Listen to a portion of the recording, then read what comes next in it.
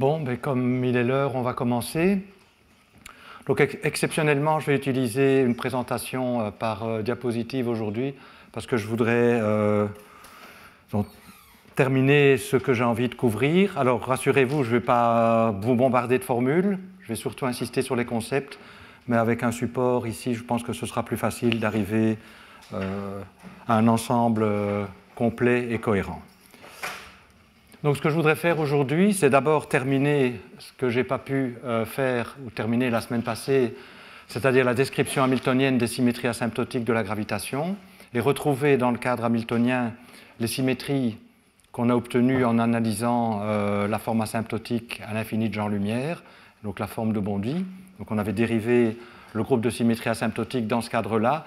On va voir comment on le retrouve à l'infini de genre-espace. Ensuite, je voudrais dire quelques mots sur la structure algébrique du groupe BMS. Bon, j'ai déjà dit pas mal quand on était dans les premières leçons, lorsqu'on a tiré ce groupe près de l'infini de genre-lumière, mais je vais en parler à nouveau ici. Oups. Alors, il y a en particulier les supertranslations qui apparaissent, et je vais parler d'un rôle physique joué par ces supertranslations, l'effet de mémoire. Je parlerai également de ce qu'on appelle parfois un problème, peut-être j'aurais dû mettre le terme problème entre guillemets, qui est la définition du moment cinétique et le fait que sous supertranslation, le moment cinétique se transforme. Et donc comment on arrive à extraire un moment cinétique qui soit invariant par redéfinition sous supertranslation, qui est un problème qui sera abordé la semaine prochaine au séminaire de Massimo Porati. Et voilà. Bon, alors commençons par terminer ce que je voulais faire la semaine passée. C'est donc dériver la forme des symétries asymptotiques dans le cadre hamiltonien. Alors à nouveau, rappelez-vous, n'hésitez pas à poser des questions. Si vous avez des questions, vous pouvez m'interrompre. Moi, j'ai tendance à regarder les slides, mais vous pouvez faire du bruit alors pour attirer mon attention si vous avez des questions. Peut-être je me mets d'ailleurs un peu plus loin. Alors voilà, le point de départ pour décrire les symétries de la gravitation, c'était à l'infini spatial, c'était la formulation hamiltonienne de la gravitation, qui est due, comme je l'avais dit la semaine passée, à Dirac d'une part et Arnold, Deser et Misner d'autre part, ADM. Et la forme hamiltonienne de l'action de la gravitation. Donc d'abord, les variables canoniques, c'est la métrique spatiale GIJ et ses moments conjugués PIJ, et je vous avais dit, c'est relié à la courbure extrinsèque des hypersurfaces à temps constant, tandis que GIJ est relié à la géométrie intrinsèque.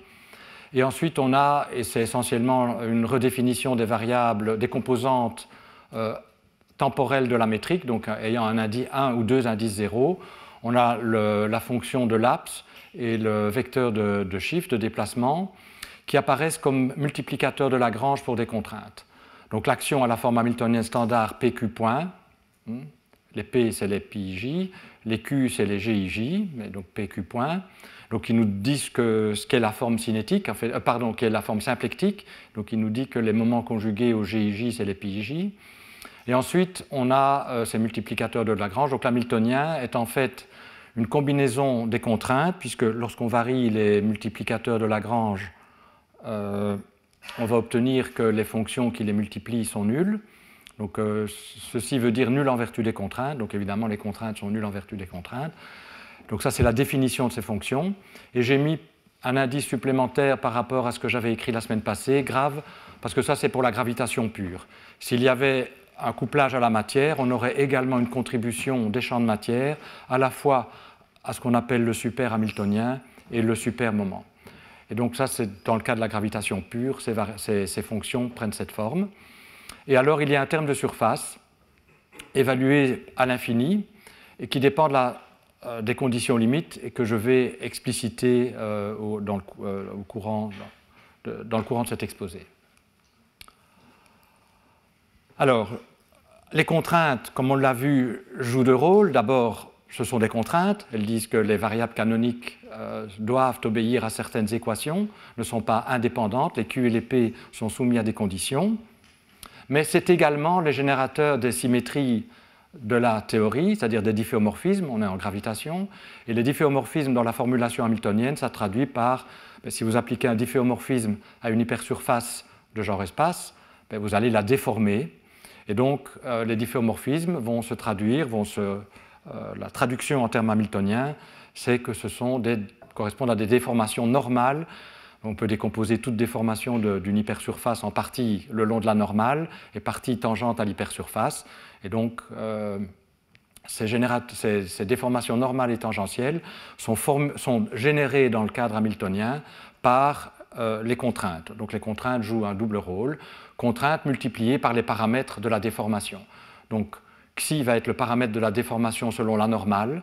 Donc on avance d'une certaine quantité le long de la normale que j'appelle xi, quand on déforme l'hypersurface. Et puis il va y avoir aussi un déplacement tangent qui est paramétrisé par un vecteur d'espace que j'appelle xi. Et alors à nouveau, il y a toujours un terme de donc ce générateur, la partie de volume est nulle en vertu des contraintes. Il y a un terme de surface qui l'accompagne et qui est non nul lorsque les paramètres de la déformation, normale et tangentielle, sont non nuls à l'infini. Lorsqu'ils tendent vers 0 à l'infini suffisamment vite, on va voir les conditions aux limites dans un instant, ce paramètre, donc si les xi et les xi sont égaux à 0 à l'infini, ce terme de surface est nul.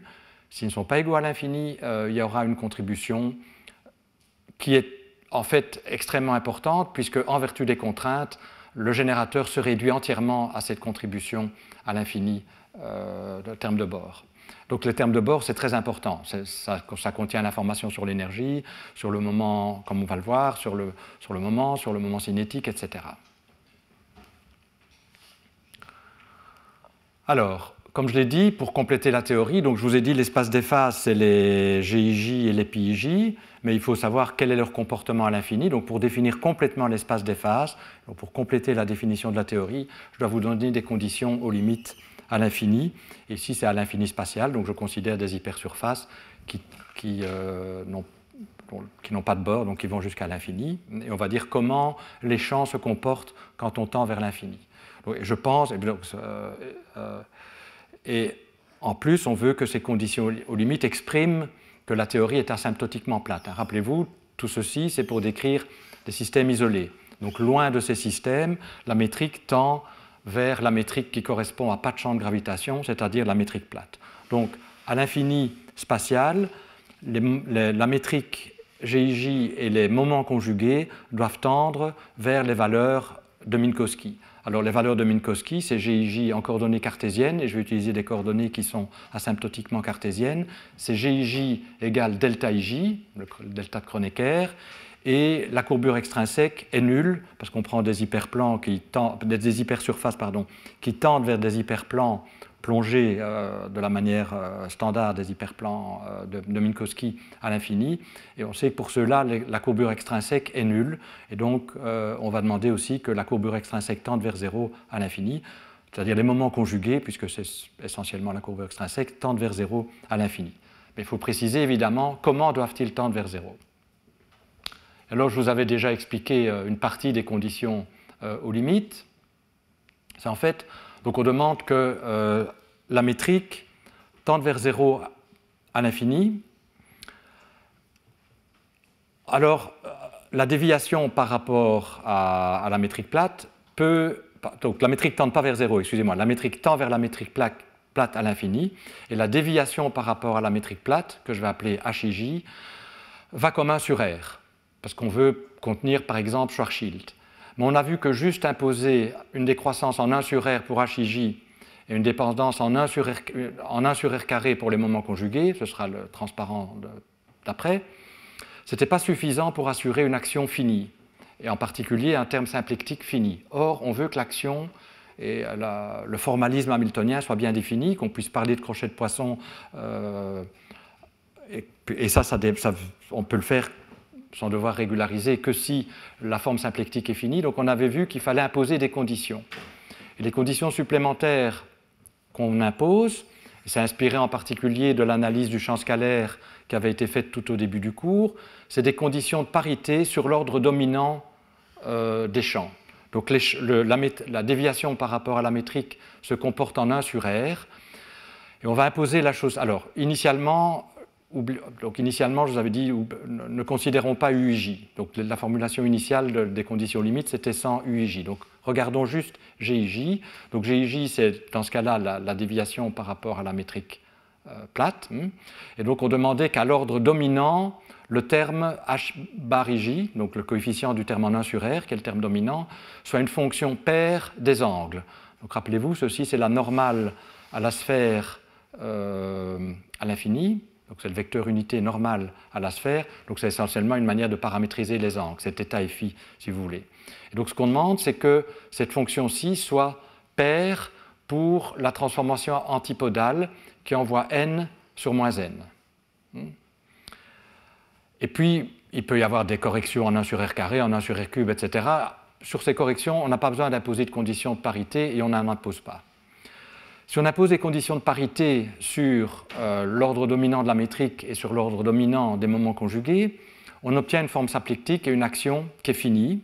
Donc le but d'avoir une action finie, et en tout cas une partie cinétique finie, est remplie. Mais je vous avais dit, et on l'avait vu dans le cas de l'électromagnétisme, c'est un peu trop strict comme condition parce que ça fait disparaître des symétries non triviales à l'infini. Et donc pour autoriser ces symétries non triviales à l'infini, on doit tordre les conditions de parité. Mais on ne peut pas les abandonner complètement. Si on les abandonne complètement, on retrouve les divergences de la forme symplectique que je vous ai décrite, et donc il faut les tordre, mais d'une manière qui préserve les bonnes propriétés, à savoir la bonne propriété d'avoir une forme symplectique finie, si on est en hamiltonien. Et donc la manière de tordre les choses, c'est de les tordre par un difféomorphisme, c'est-à-dire on demande que la déviation de la métrique GIJ par rapport à la métrique plate décroisse comme 1 sur R avec un coefficient pair, mais qui est pair à un difféomorphisme près. Alors, à l'infini, comme les champs tendent vers 0, les difféomorphismes à l'ordre dominant se linéarisent, et donc un difféomorphisme à l'infini, c'est juste une dérivée de Lie dans l'espace plat, donc c'est la dérivée symétrisée du champ de vecteurs qui paramétrise le difféomorphisme. Et donc ce qu'on va demander, c'est qu'il peut y avoir une autre contribution en 1 sur R ayant la parité opposée dans la métrique, mais celle-là doit prendre la forme d'un difféomorphisme. Et donc elle doit avoir cette forme-ci, où évidemment, sans nuire à la généralité, je peux supposer, puisque la partie paire est entièrement là, que ça est strictement impair. S'il y avait une contribution paire ici, je la mets là-dedans.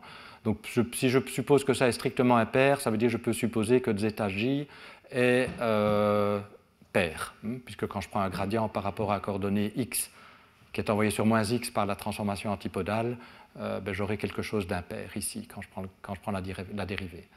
Donc on suppose ça, on tord les conditions de parité, comme on l'a fait pour l'électromagnétisme, par un difféomorphisme. Et l'expression d'un difféomorphisme pour la métrique spatiale, c'est ceci. Alors en fait, pour la cohérence du formalisme, et si on veut que les transformations de Lorentz asymptotiques soient réellement des transformations canoniques, on est obligé d'imposer des conditions un peu plus fortes sur le difféomorphisme. On ne peut pas prendre n'importe quel difféomorphisme d'ordre 1. Oui, j'aurais peut-être déjà dû le dire que c'était d'ordre 1. C'est d'ordre 1, ça dépend que des angles, ça veut dire. Et donc ceci assure que ça, quand on prend la dérivée, est d'ordre 1 sur R. Donc on est obligé de demander une condition un peu plus forte sur ceci, c'est que les fonctions de zI soient elles-mêmes le gradient d'une fonction. Donc c'est un point technique que je ne vais pas expliciter ici plus, donc il faut me faire confiance, je vais vous donner dans un instant les références où ça se trouve expliqué, mais ce que je dis c'est que si l'on veut une transformation canonique, si on veut que les transformations de Lorentz soient des transformations canoniques, et en particulier laissent la forme symplectique invariante, on est obligé d'imposer des conditions supplémentaires, de renforcer un petit peu les conditions aux limites, et on demande que cette fonction de zI soit pas arbitraire, mais soit le gradient d'une fonction.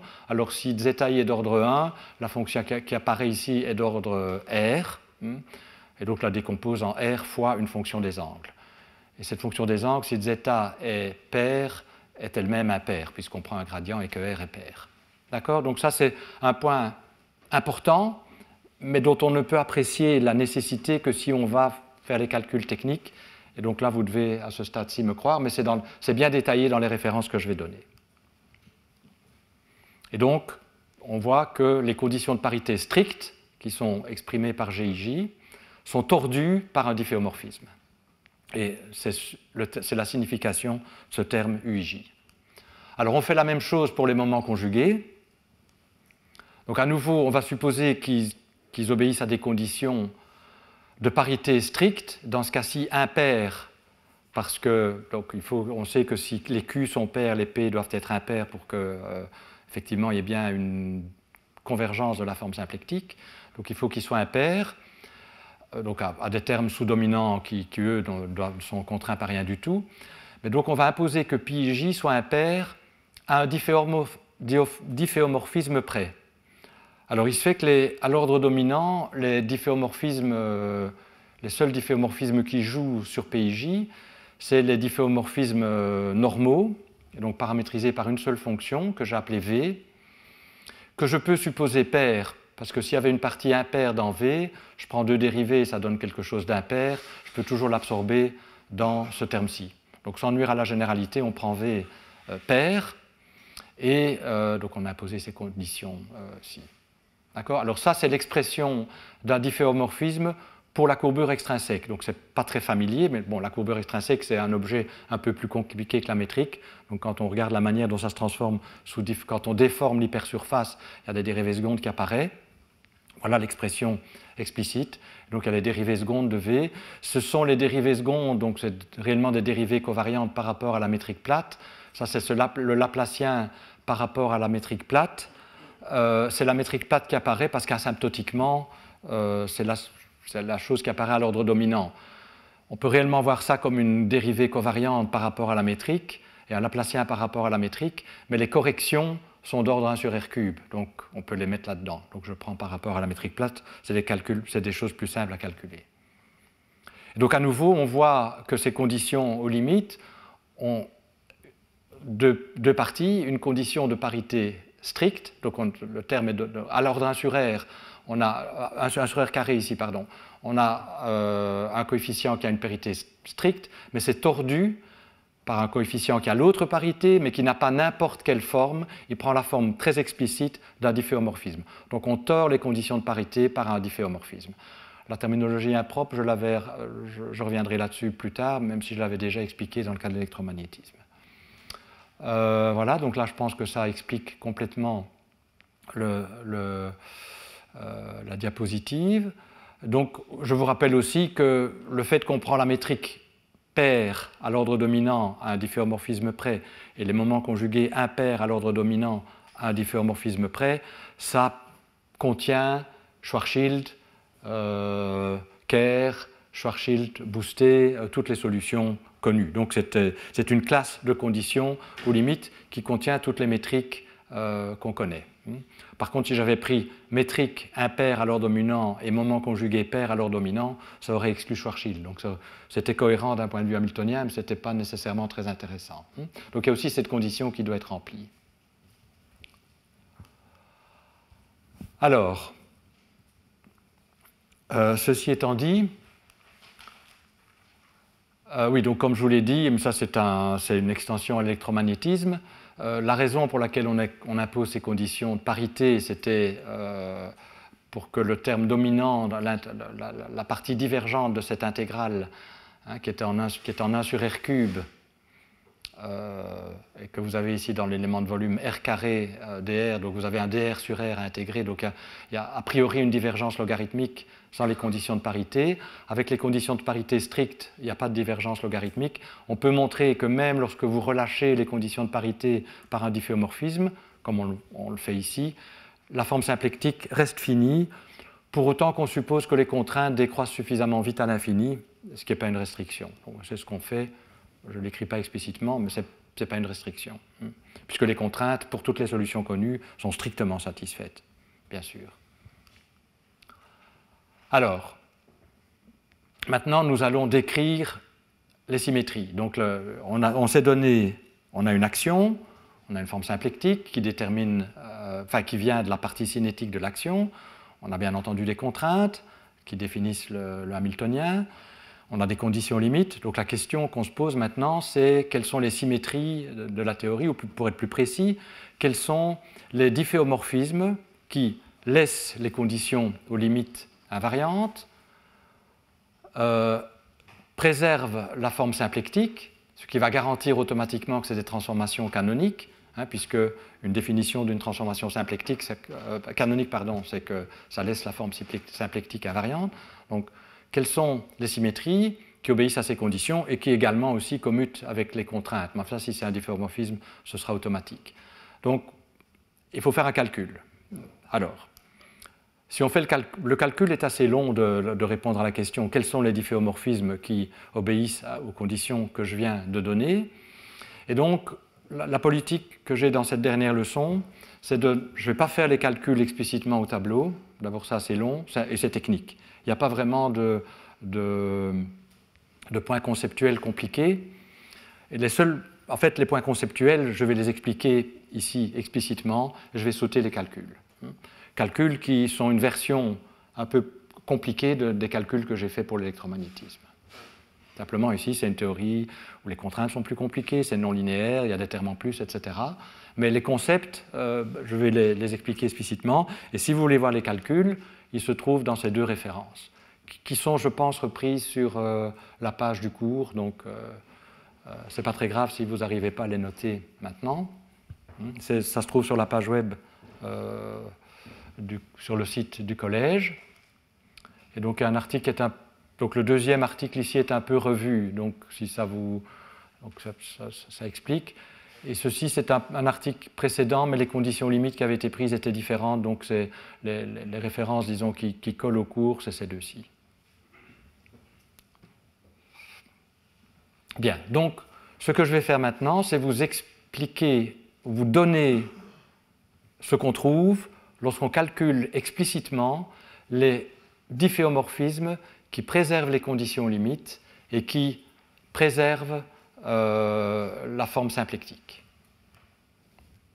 Parce qu'on veut s'assurer que ces transformations aient un générateur canonique, et là on sait qu'il faut que, pour ça, une transformation, c'est le cas pour les transformations symplectiques, c'est-à-dire les transformations qui préservent la forme symplectique. D'accord? Alors voilà, que trouve-t-on? Donc je vais d'abord donner le résultat, et puis on va comparer ça à ce qu'on trouve à l'infini de genre-lumière. Donc d'abord, voici la forme asymptotique des symétries. Donc en formulation hamiltonienne, je vais avoir la symétrie est paramétrisée par les champs de vecteurs qui donnent la déformation. Et donc il y a une partie normale que j'appelle xi et une partie tangentielle que j'appelle xi. Alors, il y a réellement deux types de termes dans la forme asymptotique des symétries. Donc, à nouveau, il est clair que si je fais un difféomorphisme qui tend vers 0 à l'infini, ça va laisser les conditions aux limites invariantes, puisque c'est l'identité à l'infini, ou 0 infinitésimalement, ça diffère de l'identité par 0 à l'infini. Et puisque c'est un difféomorphisme et que la théorie de l'action d'Hilbert-Einstein, qu'on a réécrite sous forme hamiltonienne, mais c'est toujours la même, est invariante pour difféomorphisme, à des termes de bord près, mais si les difféomorphismes tendent vers 0 à l'infini, les termes de bord seront nuls. Donc on sait qu'il y avait toujours évidemment, comme solution du problème, des difféomorphismes qui tendent vers 0 à l'infini. Ce n'est pas la partie intéressante, enfin, c'est la partie qu'on savait déjà. Elle va comme 1 sur R à l'infini. Donc ce qui est intéressant, c'est ce qui ne tend pas vers 0 à l'infini. Donc il y a deux types de termes quand on fait l'analyse. Il y a d'abord des termes qui croissent linéairement avec R à l'infini. Donc xi, rappelez-vous, c'est proportionnel à R. Donc il y a des termes qui croissent linéairement. Donc les BI et les BIJ, c'est des constantes. Donc BI, c'est des constantes. BIJ, c'est des constantes antisymétriques. Et puis, il y a des termes d'ordre 1, donc qui sont intéressants aussi. Et puis il y a des termes d'ordre 1 sur R qui en fait ont des charges nulles, c'est des difféomorphismes, c'est des vraies transformations de jauge. Donc comme je vous l'ai dit, ce n'est pas les choses les plus intéressantes. Donc la partie intéressante, c'est ici. Quand on prend le quotient par ce qui n'est pas intéressant, c'est ce qu'on trouve, c'est ce qui reste. Ou pour préserver les conditions aux limites, on est obligé de prendre T pair et W impair. J'avais donné des conditions... En fait, quand je dis on est obligé, c'est un peu fort ce que je dis. On pourrait garder une partie impaire dans T, une partie paire dans W, mais ça va être des transformations de jauge dont les charges sont nulles, donc des transformations de jauge propres, et on peut les oublier. Donc là, je ne parle ici que de ce qui est important. Donc c'est la partie paire de T qui est importante, la partie impaire de W qui est importante, et puisque ce sont les parties importantes, je vais supposer que ce sont les seules qui sont présentes. Alors, les premiers termes ici qui explosent à l'infini linéairement en R, ben, c'est des termes familiers, on s'y attendait. En fait, ils décrivent respectivement les transformations de Lorentz propres, les boosts. Ça, c'est une déformation normale, hein, donc c'est penser à d sur dx0 avec un terme qui est proportionnel à xi. Donc ça, c'est bien les trois transformations de Lorentz propres. BI sont trois constantes, B1, B2, B3, hein, qui vous donnent les transformations de Lorentz propres selon x1, selon x2, selon x3. Donc ça, c'est des choses auxquelles on s'attendait. Donc elles apparaissent bien comme symétrie asymptotique. Et puis on a du côté transformation spatiale qui explose à l'infini les rotations spatiales paramétrisées par un tenseur antisymétrique d'espace. Donc ça correspond bien aux trois rotations selon les trois axes indépendantes qu'on connaît. Donc cette partie-ci, elle est bien comprise. Alors, T et W sont des fonctions arbitraires sur la sphère. La première est paire, la deuxième est impaire. Donc si ceci est paire, ça veut dire que ça commence, donc si je fais un développement en harmonique sphérique, ça commence par L égale à 0, c'est-à-dire constante, puis L égale 2, puis L égale 4, puis L égale 6, etc. Le terme L égale 0 de T, bon, ça c'est clair, ça correspond à des translations dans le temps, hein, c'est une déformation normale, pas constante. Donc c'est bien les translations de Poincaré qu'on connaît. Si vous prenez pour W ici, les harmoniques sphériques L égale 1 et que vous calculez ça, vous allez trouver des constantes. A1, A2, A3. Et donc, ceci, les harmoniques sphériques, il y en a trois, L égale 1. Ces trois harmoniques sphériques vous décrivent en fait les translations d'espace.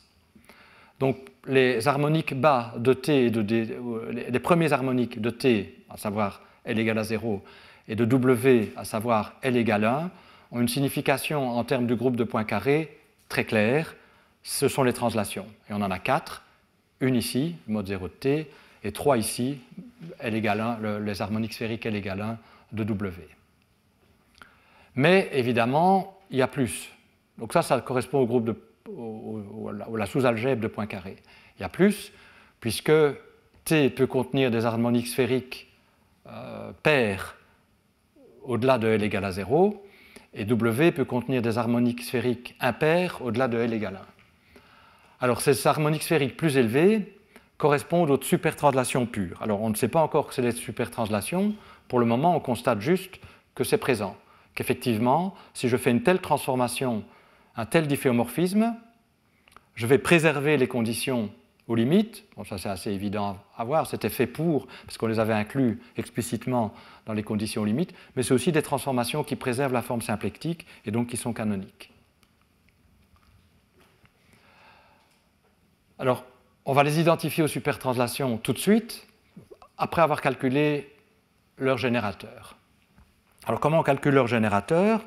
Puisque ce sont des transformations canoniques, on applique les formules du formalisme canonique. C'est-à-dire, on a la forme symplectique, on a le champ de vecteurs qui définit les transformations dans l'espace des phases. Hein. Donc, grand X, rappelez-vous, mes conventions, c'est que j'ai une transformation évidemment dans l'espace-temps, mais elle m'induit une transformation des Q et des P. Et donc j'ai un champ de vecteurs qui me définit la transformation infinitésimale des Q et des P dans l'espace des phases. Donc associé au difféomorphisme, aux déformations de l'hypersurface xi et xi. Donc à chaque déformation xi et xi, j'ai une transformation infinitésimale dans mon espace des phases. Et le champ de vecteurs correspondant est appelé grand X. Donc ce qu'on fait, c'est qu'on fait la contraction intérieure de la forme symplectique avec ce champ de vecteurs. Ça me donne une informe. Et comme la transformation est symplectique, on sait que cette informe est exacte. parce que dire que la transformation est symplectique, c'est dire que la dérivée extérieure dans l'espace des phases, c'est pour ça que j'ai mis un V pour qu'on ne la confonde pas avec la dérivée extérieure dans l'espace-temps, la dérivée extérieure dans l'espace des phases de cet objet-ci est nulle. Il n'y a pas de topologie particulière à l'espace des phases, ça implique dès lors que ceci est la dérivée extérieure de quelque chose, et les conventions hamiltoniennes, c'est de mettre un moins, et ce quelque chose est le générateur de la transformation X. Donc le lien entre générateur, qui est fonction de l'espace des phases, et champ de vecteur hamiltonien correspondant, c'est un champ de vecteur hamiltonien, ça veut dire qu'il préserve la forme symplectique, est donné par cette formule clé. Et donc si on applique cette formule, on obtient les générateurs des déformations normales et tangentielles, correspondant aux symétries que je vous ai données sur le transparent précédent ou sur la diapositive précédente. Et on voit que ce générateur est proportionnel aux contraintes. Donc le terme de volume, c'est les contraintes fois l'exi et l'exi décrivant la transformation, mais il y a un terme de surface. Et ce terme de surface est indispensable, parce qu'il n'est pas nul en général. Il n'est pas nul lorsque l'exi et l'exi contiennent des premières parties écrites dans xi et xi. Et comme il n'est pas nul, ça veut dire que si on l'oublie, ça veut dire que cette relation n'est pas vérifiée. Donc si on veut que cette relation soit vérifiée exactement, et pas à des termes de surface près, ça doit être vérifié exactement. Donc si on veut qu'elle soit vérifiée exactement, on peut montrer qu'il faut inclure dans le générateur P un terme de surface. Comme en électromagnétisme. Rappelez-vous, en électromagnétisme, on avait aussi vu que les transformations de jauge qui n'étaient pas nulles à l'infini avaient un générateur canonique qu'on a construit, mais que ce générateur canonique était proportionnel, pour l'un à la loi de Gauss, qui est nulle en vertu quand c'était le terme de volume, donc c'est ce qui correspondrait à ça, fois le paramètre de la transformation, ça c'est nul en vertu des contraintes, mais qu'il fallait compléter ce terme nul en vertu des contraintes par un terme de surface qui faisait apparaître la valeur asymptotique, donc à l'infini, du paramètre de jauge. Et que ce terme de surface n'était pas nul, et qu'il n'était pas nul, mais qu'en plus il était nécessaire pour obéir à cette relation. Et c'est comme ça qu'on le détermine d'ailleurs. Connaissant la transformation, sachant qu'elle est canonique, on calcule le P, et on trouve quelque chose, et ce quelque chose est non nul, en général. D'accord ? Donc la forme explicite, à nouveau, du xi, il y a toute une série d'intégrations par partie. Ceci cache un calcul pas compliqué conceptuellement, mais un peu lourd, et donc qui n'est pas reproduit ici. Mais c'est donné dans les références que je vous ai données. Mais l'idée est vraiment, on calcule la contraction intérieure de la forme symplectique qui est dPij, dGij. On connaît la transformation des GIJ et des PIJ, donc on peut calculer ceci. Et puis, c'est garanti, on le sait que ça va être la dérivée extérieure de quelque chose, et on calcule ce quelque chose. Et voilà ce qu'on trouve. Alors, en particulier, donc, pour les moments, pour les boosts et pour le moment cinétique, les expressions sont plus compliquées. Pour les supertranslations, donc pour ce que j'ai appelé déjà supertranslations, mais on va les identifier tout de suite, on trouve pour ces T et W, quand ils sont non nuls, donc en fait c'est réellement la valeur asymptotique de T. Oui, c'est des fonctions des angles, c'est la valeur asymptotique qui apparaissait dans mes formules. Donc on trouve une intégrale de surface sur la sphère à l'infini qui est donnée par ça. Donc en fait, quel que soit T et W, si maintenant vous voulez par exemple calculer l'énergie, il faut prendre le mode 0 de T, il faut faire W égale à 0, donc ce terme s'en va. Le mode 0, on fait égal à 1, donc il sort de l'intégrale, et on obtient exactement écrite en coordonnées sphériques l'expression de l'énergie donnée par Arnoit, Deser et Missner en termes de la métrique. Si maintenant vous êtes intéressé au moment linéaire, à l'impulsion de la solution, vous faites dans ce cas-là T égale à 0, et vous prenez pour W les trois harmonique sphérique L égale 1, et vous allez obtenir une certaine expression qui coïncide avec les expressions bien connues de l'impulsion d'une solution d'Einstein donnée justement par Arnoit, Deser et Missner. D'accord ? Mais l'expression que je vous ai écrite ici est valable pour des T et W plus généraux. Donc je rappelle encore, H bar RR, ça va être le premier terme dans le développement asymptotique de la métrique, donc le terme en 1 sur R, le coefficient en 1 sur R de la métrique, qui Donc, oui, c'est ce que j'appelle H bar RR en coordonnées polaires. Ceci, c'est des moments conjugués écrits en coordonnées polaires. Donc ça, c'est la composante purement radiale RR du moment conjugué. Ça, c'est en fait la trace de la partie angulaire. Et donc, c'est cette expression-ci qui apparaît. Bon, ce n'est pas particulièrement profond à savoir, mais c'est ce qui résulte du calcul. D'accord ? Mais donc, ce qui est intéressant aussi, c'est qu'on a la même expression si maintenant, pour T, je prends les harmoniques sphériques L égale 2, L égale 4, etc., et W, L égale 3, L égale 5. Et en fait, c'est une manière d'arriver à l'énergie du champ gravitationnel, c'est suivre ADM, et c'est comme ça qu'on obtient pour T égale 1 et W égale 0 l'énergie du champ gravitationnel.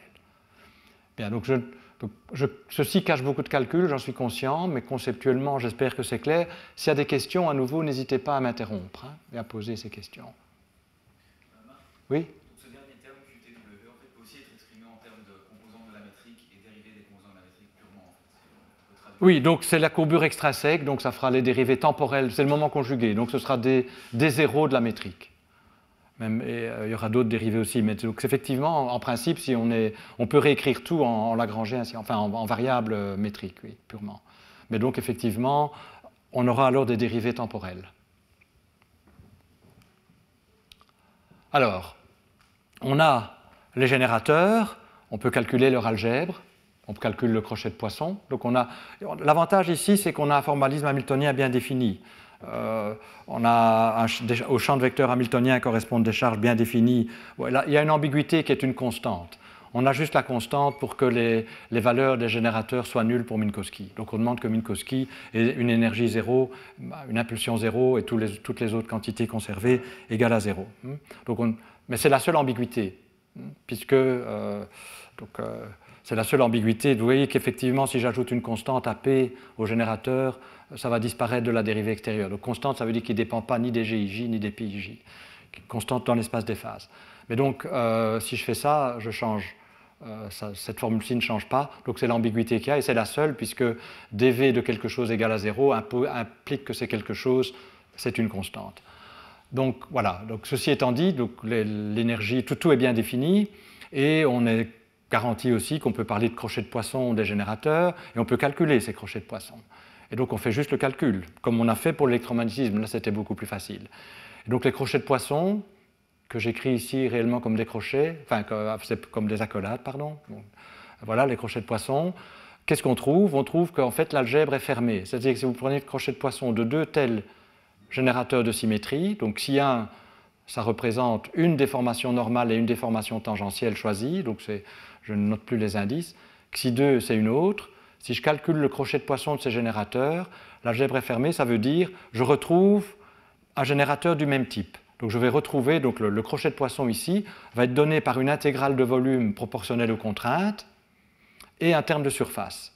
Et le paramètre qui caractérise cette nouvelle transformation, je l'appelle Xi chapeau. Bon, alors, Xi chapeau a une partie normale. Bon, donc la notation est peut-être un tout petit peu ambiguë parce que j'ai laissé tomber les indices, et une partie tangentielle. Alors,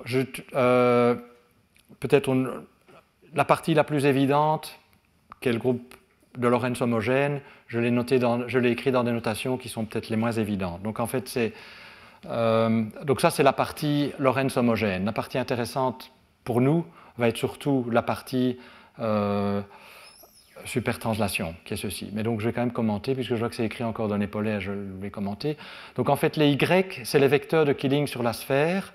Ça paramétrise les rotations, donc les trois rotations d'espace. Et donc ce qu'on voit ici, c'est que si vous avez dans le premier générateur une rotation d'espace Y1, dans le deuxième générateur une rotation d'espace Y2, si vous avez aussi des boosts, donc les boosts, je les note B, donc c'est des fonctions sur la sphère. Donc les boosts, c'est BI XI, donc si je retire le R, j'obtiens une fonction sur la sphère. En fait, c'est aussi des harmoniques sphériques L égale 1. Donc ce que je dis, c'est que si ici vous avez aussi une transformation de Lorentz propre, boost, et là aussi, mais dans le crochet de Poisson, que très souvent j'appellerai commutateur, parce que ça correspond au commutateur des transformations, donc, dans le crochet de Poisson, vous aurez également une rotation et une transformation de Lorentz propre. La rotation va être donnée par le crochet de Lie des champs de vecteurs correspondants, et la transformation de Lorentz propre traduit les relations que vous connaissez du groupe de Lorentz homogène. Donc en fait, ceci c'est réécrit en coordonnées sphériques, les commutations de Lorentz homogènes que vous connaissez. Et donc, il n'y a pas grand-chose à en dire, sinon peut-être que c'est écrit dans des notations pas tout à fait évidentes. Mais en particulier, ceci vous dit que si vous faites le commutateur d'une rotation avec une transformation de Lorentz propre, vous allez engendrer une transformation de Lorentz propre dont le paramètre est donné par ça. Ça, si vous faites rotation avec rotation, vous allez engendrer une rotation, mais si vous faites deux transformations de Lorentz propre, leur commutateur va vous donner une rotation aussi. Et donc ceci encode les relations de commutation connues du groupe de Lorentz propre, pas de mystère, sauf peut-être dans la notation. Ceci est plus intéressant parce que ça contient notre partie infinidimensionnelle paramétrisée par une fonction paire et une fonction impaire sur la sphère. Alors on voit qu'il y a deux types de... D'abord, non, il n'y a qu'un seul type de terme. D'abord, il n'y a pas de termes qui contiennent... Donc vous voyez que c'est linéaire en T et W et linéaire en les paramètres de Lorentz propre, pur, pardon, homogène. Donc c'est linéaire en les Y et les B, d'une part, il n'y a pas de Y carré ou de YB, etc. Donc c'est linéaire en Y ou en B, enfin chaque fois il y a un Y ou un B, donc ça c'est les paramètres de Lorentz propre, homogène, donc les si, donc il y a les trois vecteurs de Killing sur la sphère et les trois transformations de Lorentz propre, paramétrisées par B. Mais en plus vous avez des termes linéaires maintenant en les T et W. Vous voyez que les T et les W se transforment entre eux. Dans le nouveau T, par exemple, vous avez un terme, en tout cas sous les transformations de Lorentz propre, qui contient la partie W avec le paramètre de la boost. C'est pareil ici. Mais ça se transforme aussi sous rotation. Mais là, T se transforme, fait apparaître le T, pas de W. Et de même W, le nouveau W, ben, il y a un terme sous rotation, ben, ça forme donc en d'autres termes, ça forme une représentation du groupe des rotations. Ben, ça, après tout, c'est des fonctions sur la sphère décrites en termes d'harmonique sphérique, donc ça, ce n'est pas très surprenant. C'est juste la transformation des fonctions sur la sphère connue. Donc le champ de vecteurs agit sur les fonctions. Mais puis il y a une partie qui vous dit comment, sous les transformations de Lorentz propres, sous les boosts, ça se transforme. Et vous voyez que le nouveau W acquiert du T et le nouveau T acquiert du W.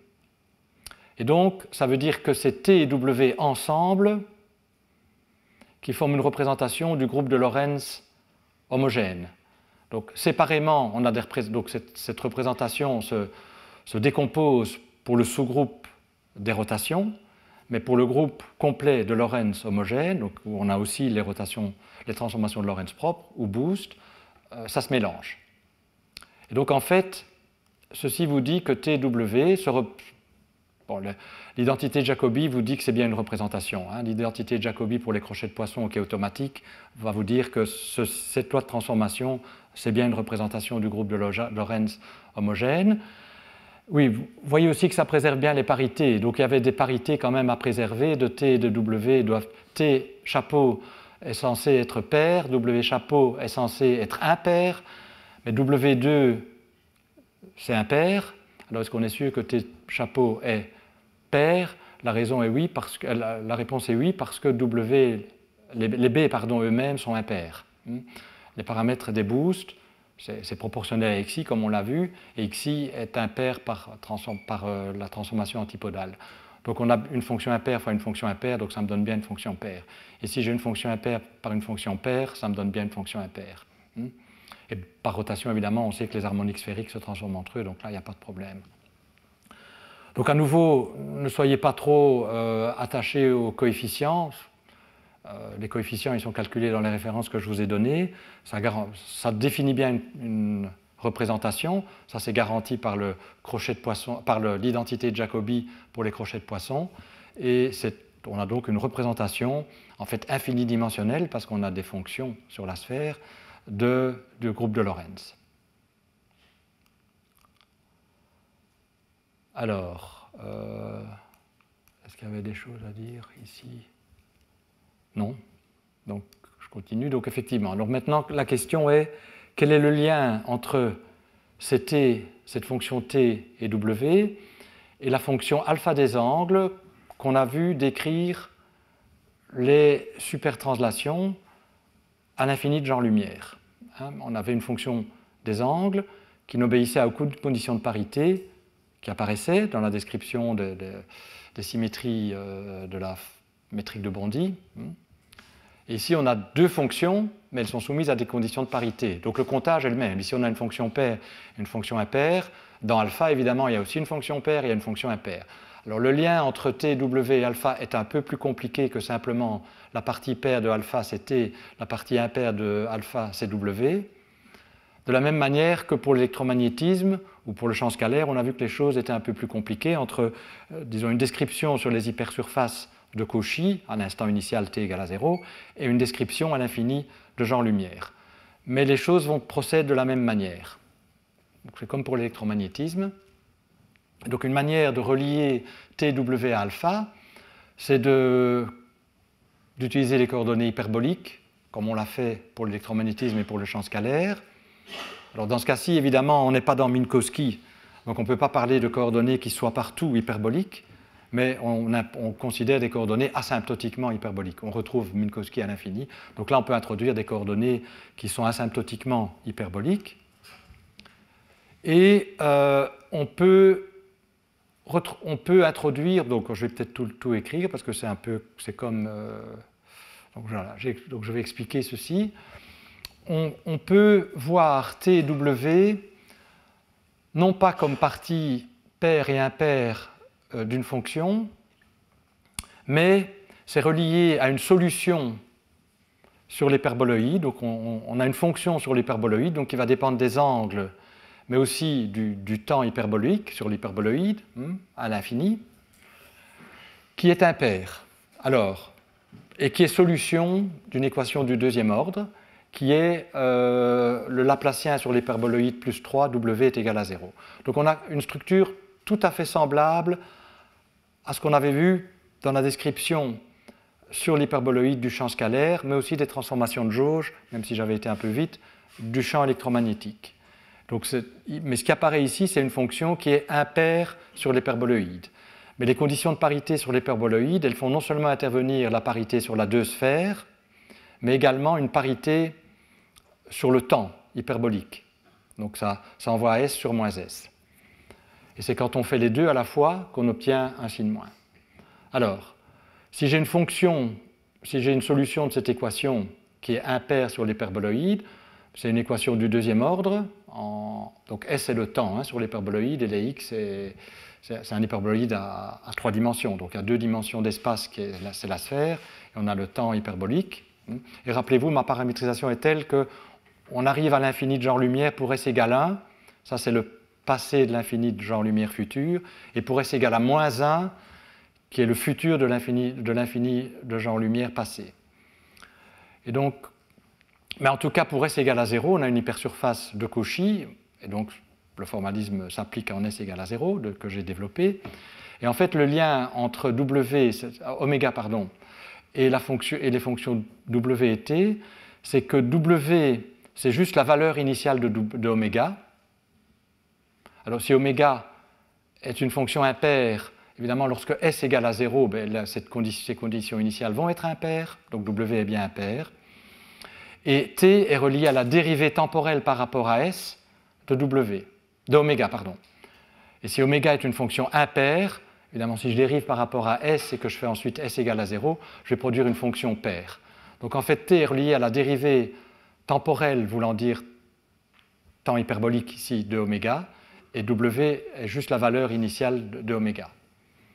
Et donc, ça caractérise complètement oméga. Si vous connaissez oméga et sa dérivée du premier ordre en S égale à 0, et que vous devez résoudre une équation du type d'Alembertien de oméga plus 3 égale à 0, eh bien vous connaissez complètement oméga. Donc le lien entre W et T et oméga va dans les deux sens. C'est-à-dire si vous connaissez oméga, c'est comme ça que vous calculez W et T. Si vous connaissez W et T, c'est un peu plus compliqué, vous connaissez oméga en intégrant cette équation. Ce qu'on peut faire, C'est en fait exactement comme dans le cas du champ scalaire, il va y avoir deux types de solutions. On se ramène à des équations de Legendre, et donc il y aura un type de solution, c'est des équations, c'est des polynômes de Legendre, qui vont aller avec la solution. Et puis l'autre type de solution, ça va être a priori, c'est les fonctions de Legendre du deuxième type. Et donc on peut résoudre ces équations. Et donc on peut fitter toutes les conditions initiales qu'on veut. Et donc effectivement, on peut passer de W et T à oméga. Et le lien entre la paramétrisation des supertranslations données à l'infini de genre lumière et cette paramétrisation que je vous ai donnée à l'infini de genre espace s'obtient en fait, la fonction alpha. Alors, ce n'est pas tout à fait oméga, ce serait trop facile. C'était juste le paramètre de jauge dans le cas de l'électromagnétisme. Ici, c'est un peu plus compliqué, mais pas tellement plus. Donc, ce n'est pas oméga en S égale à plus ou moins 1. Donc, S égale 1, c'est l'infini futur. C'est quand on va dans le futur vers l'infini de genre lumière, disons futur.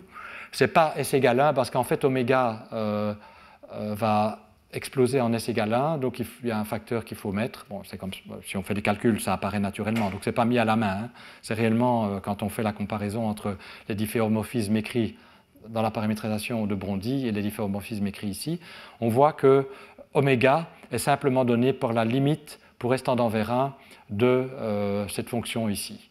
Et donc on voit bien que, alors à nouveau, alpha est complètement déterminé par oméga. Donc la supertranslation à l'infini de genre lumière est complètement déterminée par W et T. Donc on a réellement un changement de paramétrisation des supertranslations. Soit on prend la paramétrisation adaptée à l'infini de genre l'espace en termes de ses fonctions paires et impaires, soit on a une fonction alpha des angles sans condition de parité qui apparaît. Alors il n'y a pas de condition de parité, mais secrètement on sait que si maintenant je vais regarder ce qui se passe à l'infini de genre lumière en passant dans le passé, donc je regarde l'infini de genre lumière passé, ça va être lié à ce qui se passe à l'infini de genre lumière futur. Donc je vais avoir des conditions de raccordement qui vont sortir automatiquement de ceci, puisque lorsque je fais tendre S vers moins 1, et que la fonction oméga satisfait à cette propriété-ci, ben c'est clair que je pourrais tout de suite relier ce qui se passe en S égale à 1 en S égale à moins 1. Donc on n'a pas de condition de parité pour une valeur donnée de S, sauf lorsque S est égal à 0, qui intéresse en hamiltonien. Mais lorsque S est égal à 1, on va relier S égale à 1 à S égale à moins 1. Ça s'appelle les conditions de raccordement, comme on l'a vu.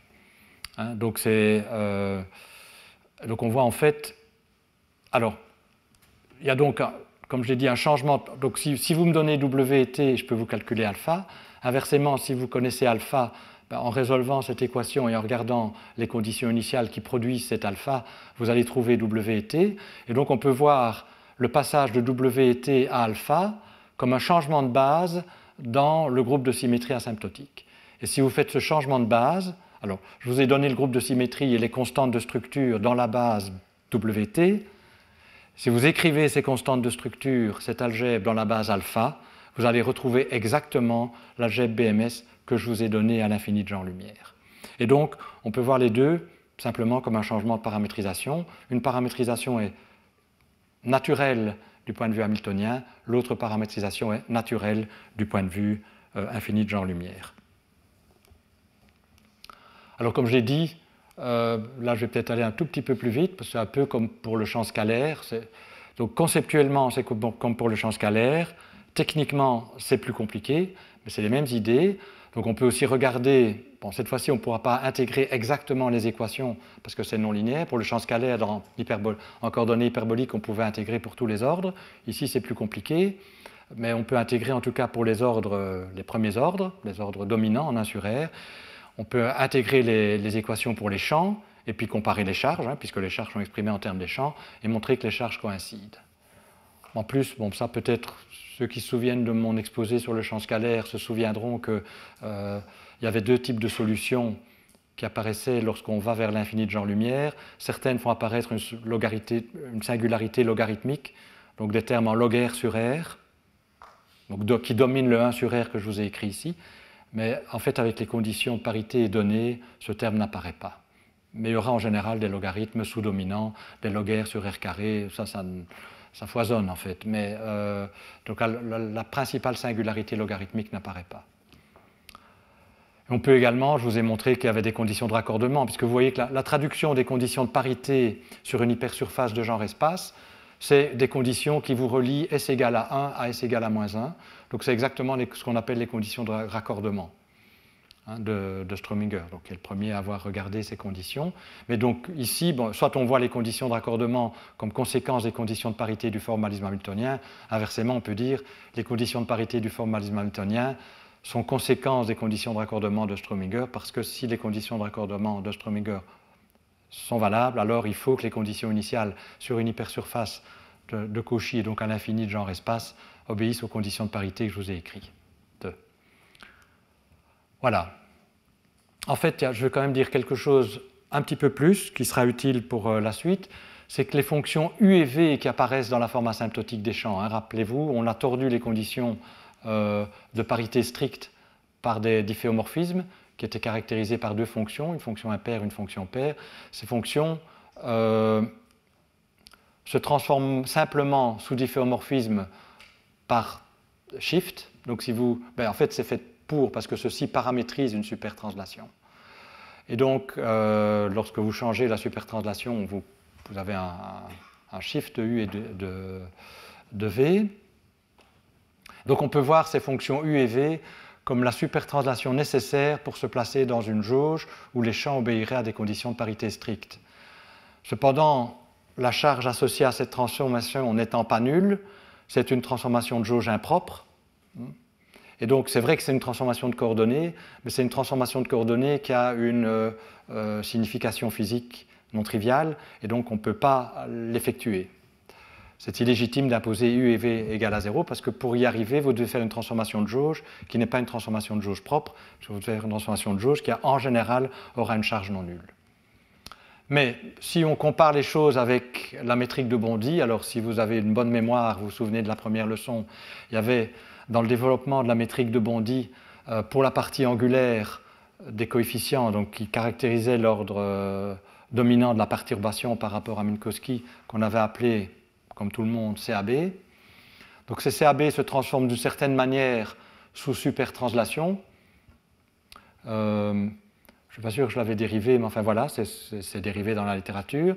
Donc ces CAB se transforment comme ça. On avait calculé les symétries asymptotiques, donc implicitement on avait cette transformation. Et vous voyez que si vous allez dans le passé de l'infini futur, puisque c'est là qu'on compare les choses avec l'infini de genre espace, donc où la fonction qui est appelée fonction de News s'annule.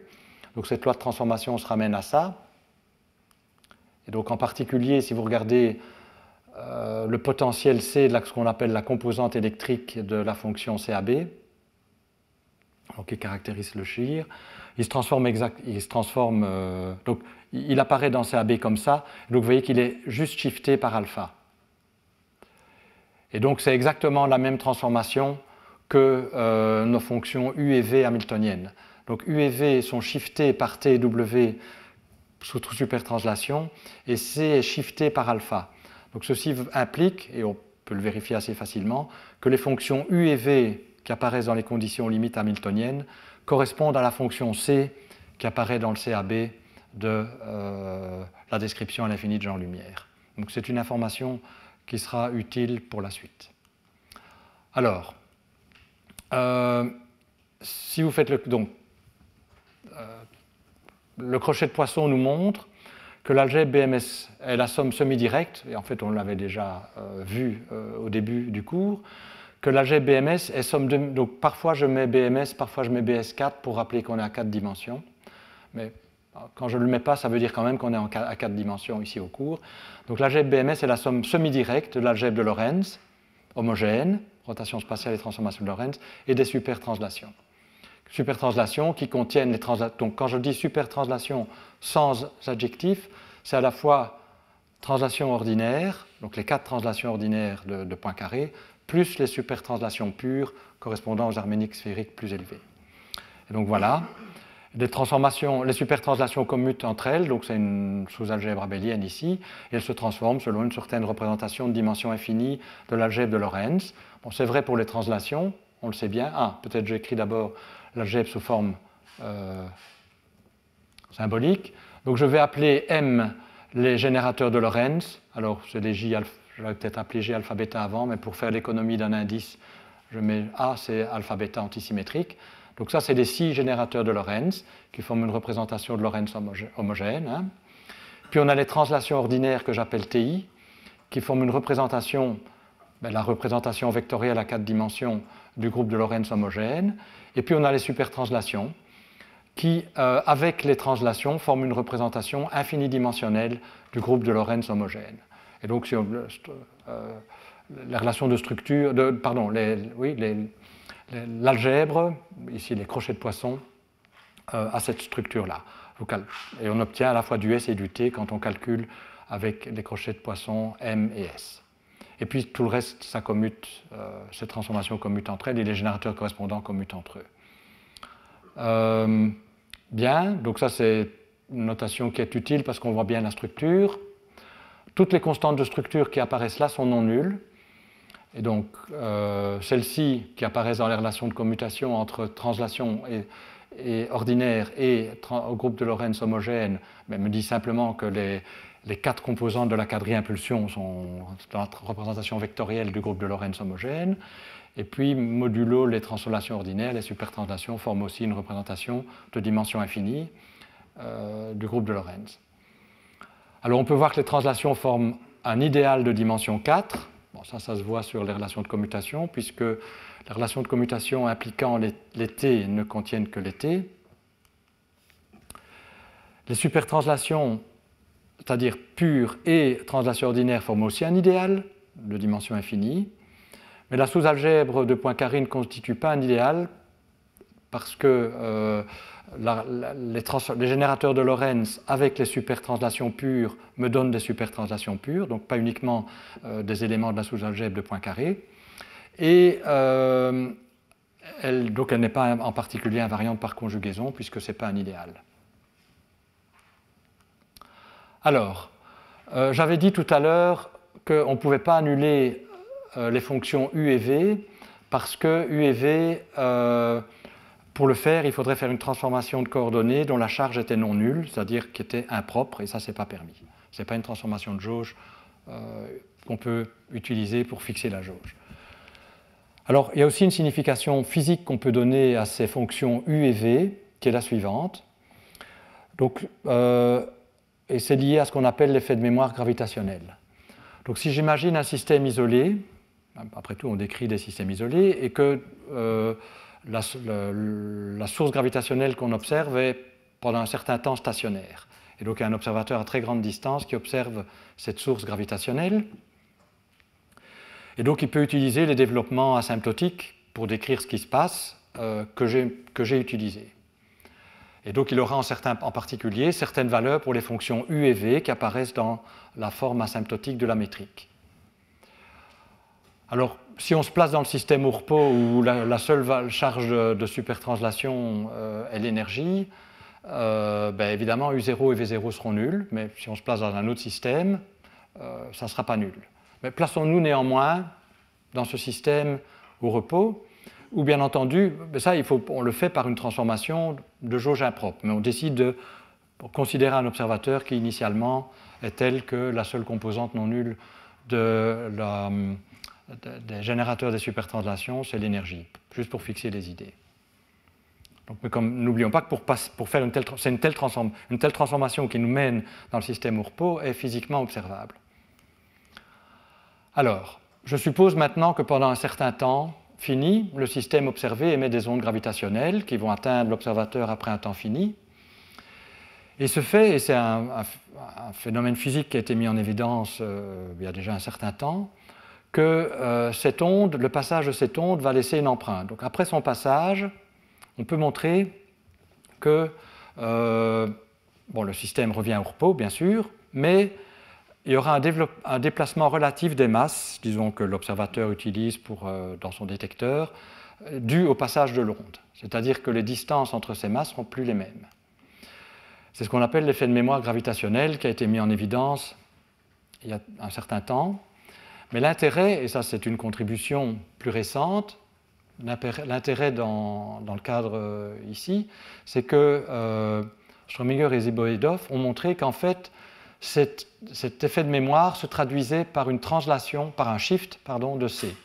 C'est-à-dire que la fonction C qui apparaît dans la métrique de Bondy, à travers CAB, est juste shiftée par un delta C, qui est une supertranslation, puisqu'on a vu qu'un chiffre de C, c'était une supertranslation. Et que delta C, bien sûr, peut être calculé en termes de l'onde, hein, ce n'est pas n'importe quoi, c'est quelque chose exprimable en termes de l'émission. Mais on a vu que delta C, précisément, C, et donc C plus delta C, c'est ce qui se raccorde aux fonctions U et V qui tordent les conditions de parité asymptotique. Donc rappelez-vous, dans les conditions asymptotiques, le premier ordre est tordu par rapport aux conditions de parité strictes par une fonction U et par une fonction V. Et U et V se raccordent, en intégrant le long de l'hyperboloïde, comme je l'ai expliqué, à C. Donc ça veut dire, et on sait que les supertranslations vont se raccorder à alpha. Donc en fait, si on traduit en termes hamiltoniens le calcul qui a déjà été fait à l'infini de Jean-Lumière, ce qu'on sait, c'est que le passage de l'onde va se traduire par un shift de U et de V par une supertranslation. Et donc si initialement U0 et V0 étaient nuls, après le passage de l'onde, où je peux de nouveau utiliser les propriétés le développement asymptotique de la métrique que je vous ai donné, j'aurai plus des valeurs nulles. Et en fait, elles rendent compte de l'effet de mémoire. On aura un déplacement qui est lié aux nouvelles valeurs de U et de V. Donc, ce qui veut dire que c'était peut-être un peu formel l'argument que je vous avais donné. Je vous avais dit qu'on ne peut pas annuler U et V par une transformation de coordonnées parce que c'est une transformation de coordonnées impropre qui a une charge non nulle. Et ça, ce n'est pas quelque chose qu'on peut faire par condition de jauge. Mais aussi un argument physique qui vous dit non, on ne peut pas annuler U et V parce que si vous supposez que U et V sont nuls, vous allez perdre l'effet de mémoire. Alors c'est vrai que si vous allez à l'infini spatial, R égale à l'infini, où l'onde n'arrive jamais, vous ne verrez pas l'effet de mémoire. Mais dans la pratique, ceci, c'est des situations physiques qui sont relevantes pour des grandes valeurs de R, mais pas à l'infini. D'ailleurs, dans le contexte cosmologique, on n'est pas sûr qu'on est asymptotiquement plat. Donc c'est évidemment des approximations de systèmes isolés. Donc dans ce cas-là, on est bien obligé de garder U et V, parce que U et V vont pouvoir changer et vont décrire l'effet de mémoire. C'est intéressant aussi de voir que c'est les coefficients en 1 sur R et pas en 1 sur R carré. 1 sur R carré, l'énergie irait comme 1 sur R carré, mais c'est en 1 sur R, la puissance en 1 sur R carré. Voilà, alors maintenant je voudrais aborder la dernière partie de l'exposé d'aujourd'hui, qui est de parler de ce qu'on appelle parfois l'ambiguïté du moment cinétique.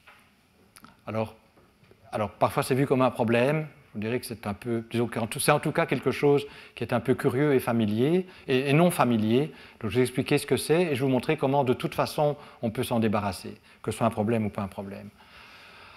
Voilà, alors c'est lié directement à la structure algébrique de l'algèbre de BMS.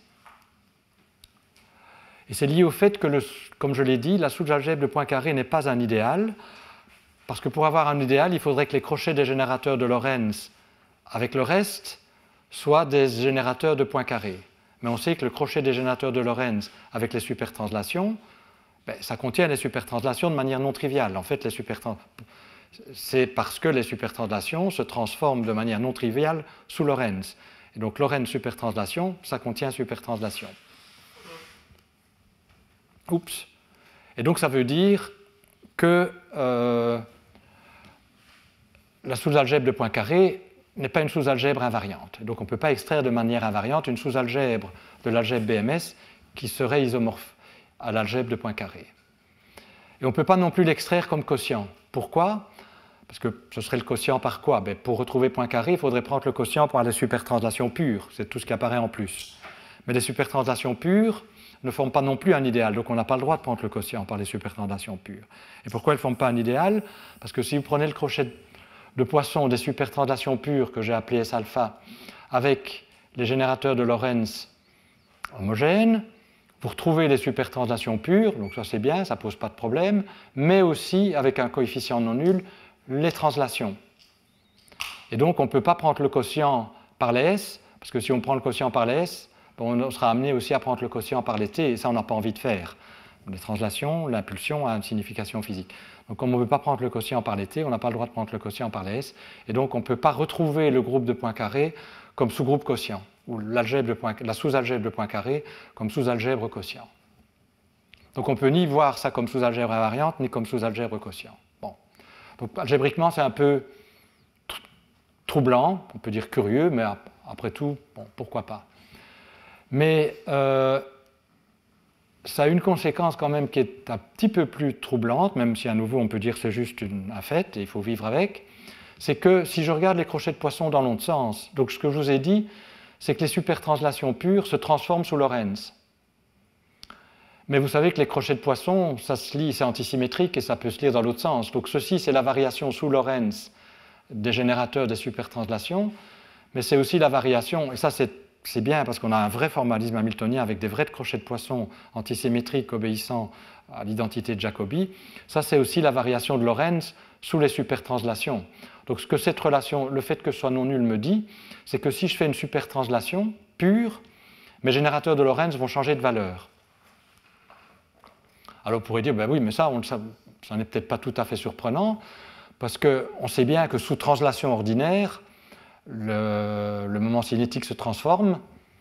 On change il y a le moment cinétique orbital, le moment cinétique intrinsèque, et puis si on change le point de référence à partir duquel on calcule le moment cinétique, les choses changent.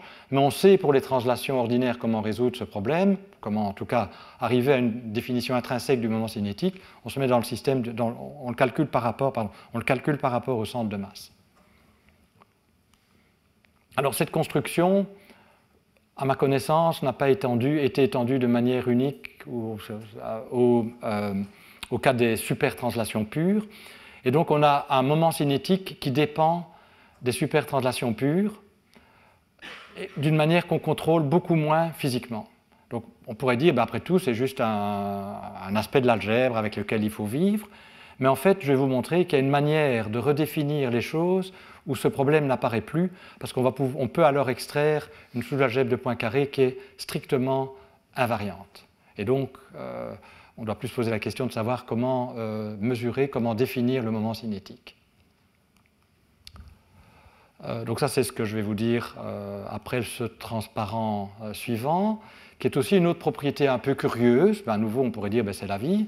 Néanmoins, je vous l'ai dit parce qu'elle est curieuse, qui est que, comme les crochets de poisson des générateurs de la sous-algèbre de Lorentz, avec les générateurs des supertranslations pures, contiennent les translations ordinaires, rappelez-vous, j'ai écrit à nouveau le crochet de poisson pour ne pas devoir retourner en arrière. Donc j'ai MS contient, il y a deux termes. Il y a ça qui n'est pas nul, qui me dit que les S ne forment pas un idéal, que les M, disons, oui, que point carré ne forme pas un idéal, mais il y a aussi ça qui est non nul. Et comme ça est non nul, ça veut dire que même si je calcule la variation des S sous transformation de Lorentz, même si les S initialement sont nuls, si les T sont non nuls, je vais obtenir quelque chose. Donc si je prends par exemple la solution de Schwarzschild boostée, juste pour avoir les 4 valeurs non nulles de la quadrille impulsion, donc les TI seront non nuls, TI et P mu c'est la même chose, mais ça c'est dans mes notations plus symboliques, ça c'est P mu dans les notations standards. Donc si j'ai une quadrille impulsion non nulle, et donc je peux générer une solution des équations d'Einstein avec un P mu non nul, je prends juste Schwarzschild, P0 est non nul, PI est nul, mais je booste Schwarzschild, je vais avoir des PI non nuls. Donc si je prends Schwarzschild boosté et que je fais une transformation de Lorentz en plus, donc je vais d'abord dans un référentiel où les TI sont non nuls, et je booste encore, et bien je vais engendrer des S non nuls. Parce que delta S va être proportionnel à T, et si T n'est pas nul, ben delta S ne sera pas nul. Et donc il y a moyen d'habiller, disons, à l'aide par des valeurs non nulles des générateurs des supertranslations pures, une solution où initialement les générateurs des translations pures seraient nuls. À nouveau, on peut dire que c'est une propriété de l'algèbre, voilà, c'est comme ça, et il n'y a aucune incohérence, mais c'est un peu curieux néanmoins. Et ce que je vais montrer, c'est qu'en redéfinissant les choses autrement, on peut se débarrasser de toutes ces interrogations. Oui, donc, qui effectivement ont suscité pas mal de débats dans la littérature, en tout cas du côté des relativistes. Alors il se fait que la résolution de ce problème a été proposée par plusieurs groupes tout à fait indépendamment, parce que les méthodes suivies pour arriver à la même redéfinition sont a priori très différentes. Il y a d'abord plusieurs groupes qui ont travaillé à l'infini de Jean-Lumière, donc à partir d'une définition de l'énergie et des quantités quasi locales par un groupe composé de plusieurs personnes, mais dont Yao est peut-être la figure la plus connue, par un autre groupe où Porati a joué un rôle central, et puis encore par un troisième groupe, Geoffrey Compère et collaborateurs se sont intéressés également à redéfinir le moment cinétique d'une manière où les problèmes que je vous ai mentionnés n'apparaissent plus. Mais on peut le faire de manière aussi et tout à fait indépendante à l'infini de genre-espace, qui est la manière que je vais vous expliquer dans les 15 minutes qui restent.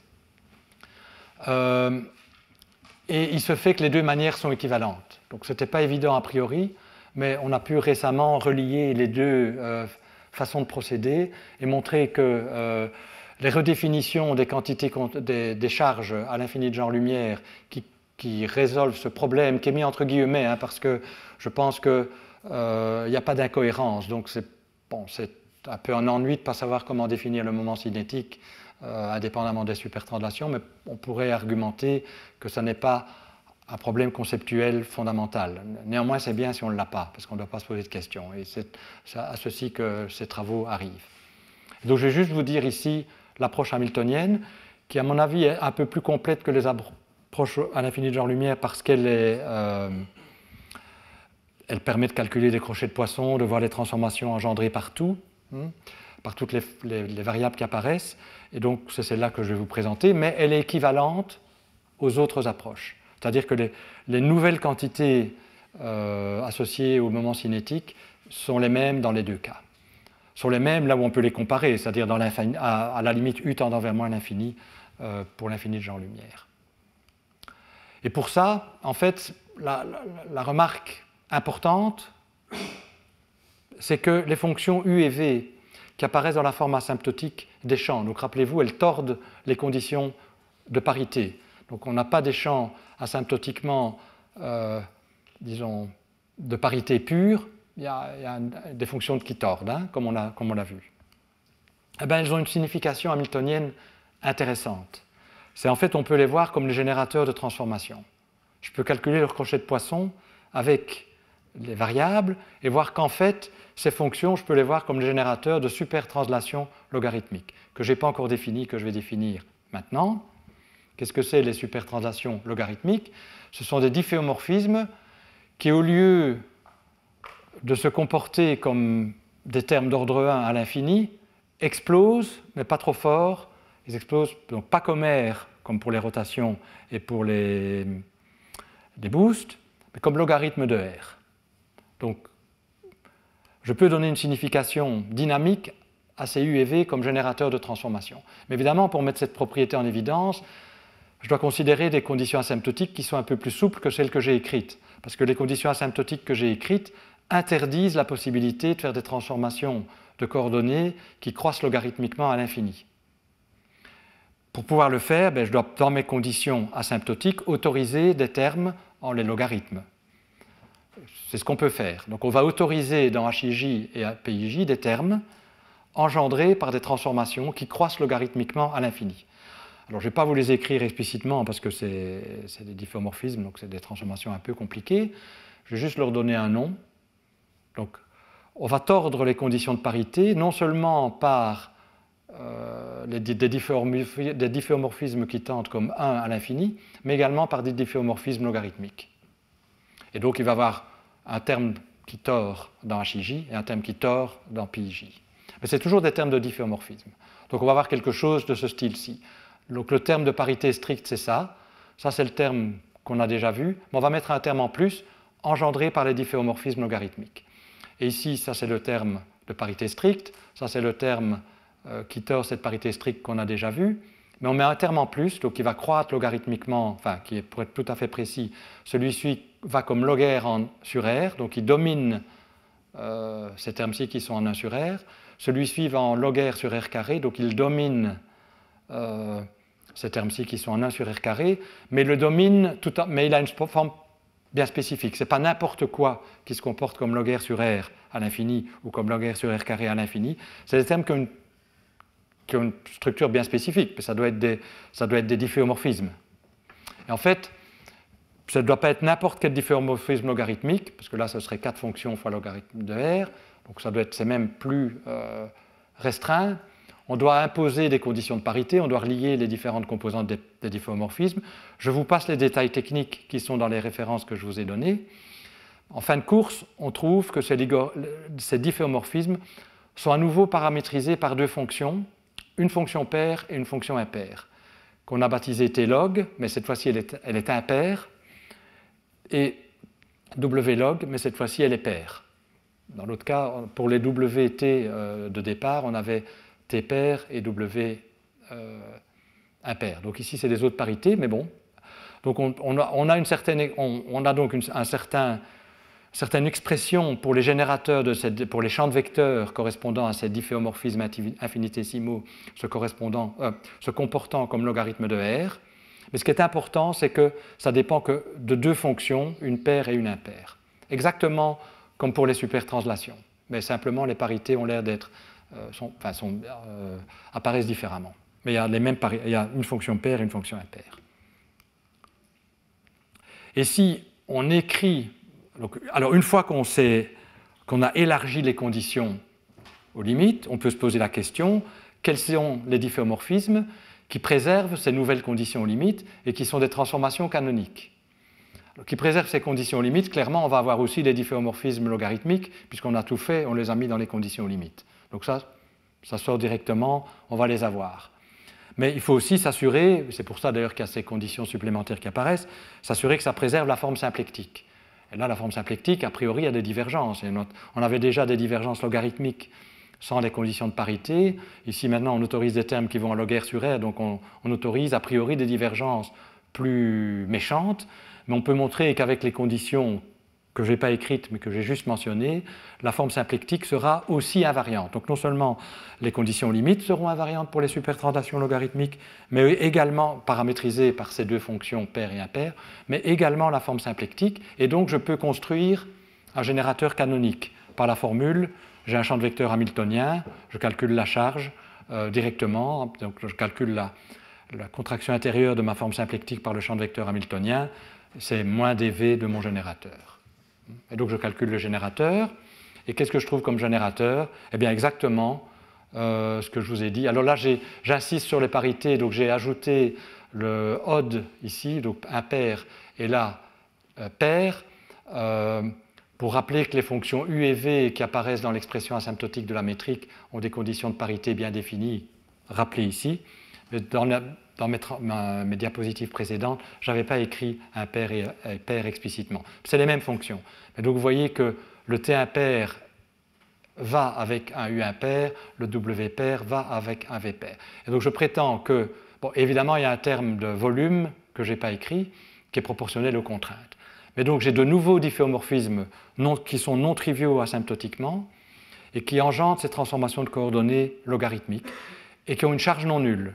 Et non seulement ils ont une charge non nulle, mais la valeur de cette charge, lorsque j'utilise les contraintes, donc c'est la signification de ça, la valeur de cette charge, c'est précisément les fonctions qui tordent mes conditions de parité qu'on avait introduites précédemment, U et V. Vous voyez, vous avez le paramètre de la transformation fois la variable canonique, paramètre de la transformation fois la variable canonique. Donc, ça c'est le paramètre de la transformation, et ça c'est une fonction de Q et de P, et ça c'est une fonction de Q et de P. Donc c'est une fonction de l'espace des phases, qui contient les paramètres de la transformation, bien sûr. Et on sait en plus que le générateur des supertranslations logarithmiques, donc ceci, on connaît les crochets de Poisson avec les générateurs des supertranslations pures, parce qu'on sait que sous supertranslation, U et V sont simplement shiftés, ce qui est réellement une autre manière de dire crochet de Poisson de Q avec P, c'est 1. Ça veut dire que si vous faites une transformation engendrée par P, Q va être shifté. Donc, comme on connaît déjà la loi de transformation de U et de V sous supertranslation, on sait comment les charges des supertranslation logarithmique se transforme sur supertranslation, ben en fait, c'est simplement shifté. Donc, en fait, c'est canoniquement conjugué au générateur des supertranslations, je devrais dire pures ici. Il n'y a pas les translations ordinaires qui apparaissent. Il n'y a pas le mode 0 et les modes 1, ça on peut voir que c'est le cas. Mais donc, ce qu'on a, c'est qu'on a de nouveaux générateurs, et ça c'est juste ce que je viens de dire, canoniquement conjugués au précédent. Et donc, si maintenant je les inclus dans mon algèbre, et je les appelle à nouveau, c'est des fonctions sur la sphère, mais je veux voir la structure symboliquement, donc je vais leur donner un nom. Il y en a autant que pour les supertranslations pures, donc je vais utiliser le même indice que pour les supertranslations pures que j'avais appelées S-alpha. Je les appelle L-alpha, L comme logarithme. Et on trouve donc que d'abord ça commute entre eux. Ces générateurs, c'est facile à vérifier, commutent sous translation ordinaire, mais ils sont canoniquement conjugués au générateur des supertranslations ordinaires. Ce que j'écris, ça c'est, ce serait QP égale 1. Mais il y en a beaucoup, c'est des fonctions, il y a un indice, il y en a autant que de S-bêta. Il y a une fonction paire, une fonction impaire, et on peut montrer que les modes 0 et 1 ne sont pas présents ici. Et donc, oui, et en plus, ils se transforment d'une certaine manière, qui est en fait la manière conjuguée sous Lorentz propre, sous Lorentz homogène, qui est de la transformation duale. Alors, ce que je dis, c'est que cette relation est réellement une relation qui va me permettre de redéfinir complètement toutes les variables pour découpler les supertranslations logarithmiques et les supertranslations ordinaires, pures de Lorentz. Comment on voit ça? Donc, c'est ce que je dis maintenant. Ici, on va pouvoir tout redéfinir de telle sorte qu'on ait ça. Et en fait, c'est réellement le théorème d'Arboux appliqué au cas qui nous concerne. Alors, j'ai 5 minutes, ça devrait aller. Donc je réécris l'algèbre complète. Donc Lorentz homogène, ça me donne ça. Lorentz avec translation ordinaire, ça me dit que c'est la représentation à 4 dimensions vectorielles. Ça, c'est ce que j'avais dit à propos des supertranslations pures. Ça, c'est les supertranslations logarithmiques. Donc c'est conjugué de ça, et il n'y a pas de terme correspondant à L égale à 0 égale 1. Donc il y a juste ça, mais c'est dual, donc il y a un signe moins. Et puis on a cette propriété-ci qui est compatible avec Lorentz, donc parce que c'est justement la duale, et delta alpha bêta est invariant. Donc on a ces relations, et donc on voit qu'a priori, on a compliqué le problème, puisque j'avais déjà une ambiguïté du moment cinétique sous les supertranslations pures. Maintenant j'attrape une ambiguïté du moment cinétique sous les transformations logarithmiques, puisque je peux lire ceci comme relation qui me dit que la variation de m sous supertranslation logarithmique n'est pas nécessairement égale à 0. Et donc en fait on a une somme semi-directe, mais avec quelque chose qui a grossi. C'est une algèbre abélienne avec charge centrale, il y a un delta alpha bêta. Donc ça c'est l'algèbre de Heisenberg. Et donc, mais ce qui est important, c'est qu'en fait on a justement ce delta alpha bêta, on va voir qu'en fait tout va simplifier. Et tout se simplifie comment? En faisant de bonnes redéfinition. Et la redéfinition qu'on va devoir faire est cependant d'un caractère un peu particulier, elle est non linéaire en les charges. Donc on va redéfinir les anciens générateurs, donc les anciennes charges. En hamiltonien, générateur et charge, c'est la même fonction. On devrait dire peut-être charge-générateur ou générateur-charge avec un trait d'union, c'est le même objet. Donc on va les redéfinir d'une manière qui découple les supertranslations pures et les supertranslations logarithmiques. Et on va le faire, mais c'est non linéaire. Alors, a priori, ça peut surprendre, parce qu'après tout, on travaille avec des algèbres. On dit, oui, mais est-ce qu'on a le droit de faire des redéfinitions non linéaires? La réponse est, en tout cas, les gens qui font du formalisme symplectique hamiltonien n'ont aucun problème à faire ça, pour la raison suivante. C'est que vous avez un ensemble de charges conservées. Donc là, j'utilise la notation hamiltonienne standard, un hamiltonien H. Donc c'est conservé, ça commute avec l'hamiltonien. J'appelle XA les champs de vecteurs hamiltoniens associés, donc les transformations engendrées par ces charges. Donc elles sont conservées, mais elles engendrent des transformations. Que si maintenant je considère une fonction quelconque de ces charges, linéaire ou pas, peu importe, elle va commuter au sens du crochet de Poisson avec H. Ça, c'est la propriété de dérivation du crochet de Poisson, que f soit linéaire ou pas. Il n'est pas nécessaire de supposer que f soit linéaire en les QA pour avoir ça. Et son champ de vecteurs hamiltonien associé, c'est quoi? Je calcule la contraction intérieure par x.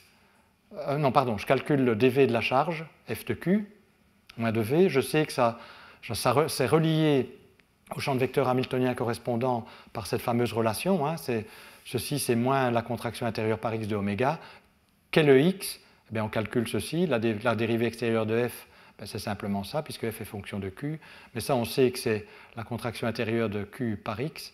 Et donc, je peux réécrire ça comme la contraction intérieure de oméga par grand x, où grand x est donné par ceci. Hein, puisque ça passe à l'intérieur de la contraction ordinaire, la contraction intérieure qui est algébrique.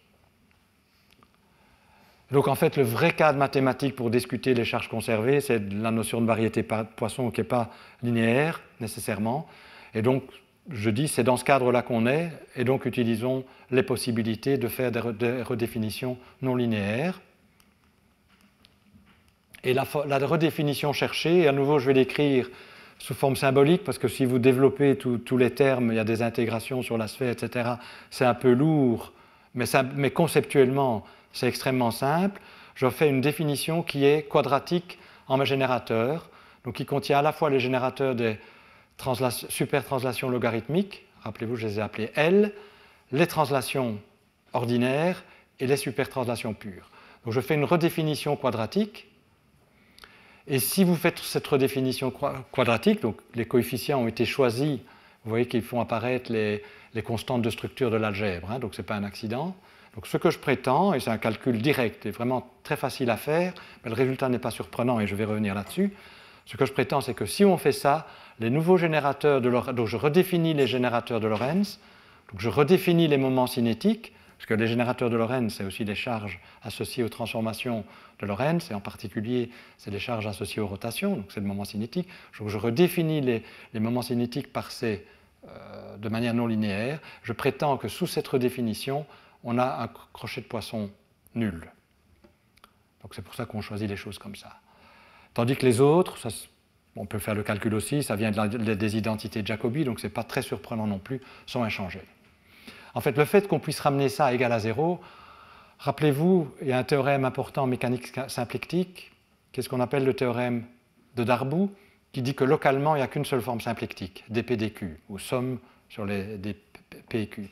Or, j'ai déjà, alors je n'ai pas ramené ma structure de Poisson à la forme symplectique, et elle n'est peut-être pas inversible dans tous les domaines, mais dans la sous-variété, disons, engendrée par les supertranslations logarithmiques et les supertranslations pures, c'est inversible, c'est ce qu'on avait vu ici, et ça a déjà la forme de Darboux. Donc ce que je dis, c'est dès qu'on a atteint ceci, si vous regardez la manière de démontrer le théorème de Darboux, on peut toujours définir les autres générateurs de manière à ce qu'ils commutent. Donc on se ramène un petit peu plus à la forme canonique de Darboux avec ceux qui ont déjà la forme de Darboux. Donc c'est un résultat qui n'est absolument pas surprenant d'un point de vue hamiltonien. Il se fait que, donc il n'est pas surprenant, et effectivement on peut le faire. Les expressions sont en tout cas symboliquement relativement simples.